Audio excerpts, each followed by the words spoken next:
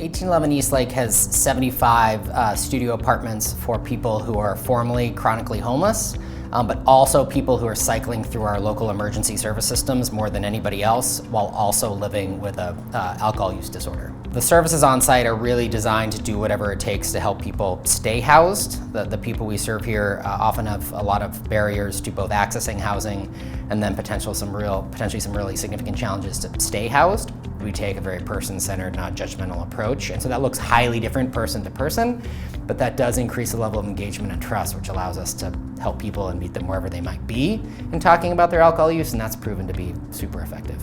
First, the baseline expectation for all of our sites is that we're running community meetings to intentionally solicit feedback and engage with our community members and our tenants. Pre-COVID, there was definitely a lot more community. But we have, monthly community meetings, and so getting residents down in a group to talk about what they want to see in the building happen, what they want to maybe contribute, because a lot of this is that, we are a community, which means, they also need to partake too. So that's resulted in programming that is sustained over time, that is directly designed by the tenants who live in the program to build community, create safe spaces for people to engage, not necessarily sober spaces, but safe spaces for people to engage and have real embedded, meaningful activity in the program. And that has fostered a real, just both natural yet structured sense of community. Alcohol monitoring is an intervention we developed here at 1811 Eastlake. Out of an observation we had that there were some people, of the 75 people who live here, their struggle with alcohol was a little extra acute and even particularly more challenging than what is baseline at 1811. And we discovered what the issue at hand was that people were reliant on alcohol, but were unable to get the supply they needed to manage it in a way that was safer than the way they were currently drinking. So we'll sit down with the client and establish kind of what a daily allotment might look for them. And can they financially sustain that? So we have folks who are anywhere from like 1 or 2 beers a day to maybe a bottle of wine to a pint of hard alcohol. It's very dependent on what the client does want to have. This is their program. And then we keep all their products under lock and key. It's all broken down for 10 days at a time. Everybody has their own individual bag, color, letter to make it very easy for staff. And they pick up like medication. So most people pick up at 8 a.m., noon, and 3 p.m.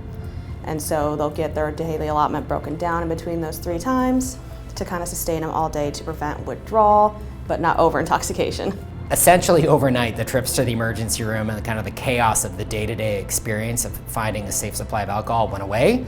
People often, I think, mistakenly refer to a program like this as wet housing, and I always like to push back on that every other landlord in the city of Seattle can't opine on whether somebody drinks or not, and we don't either.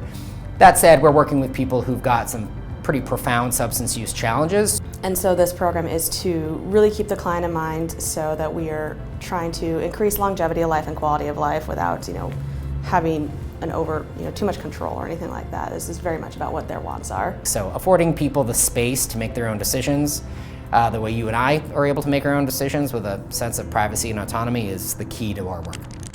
Harm reduction training for staff is something that is baked into the orientation to work at DESC.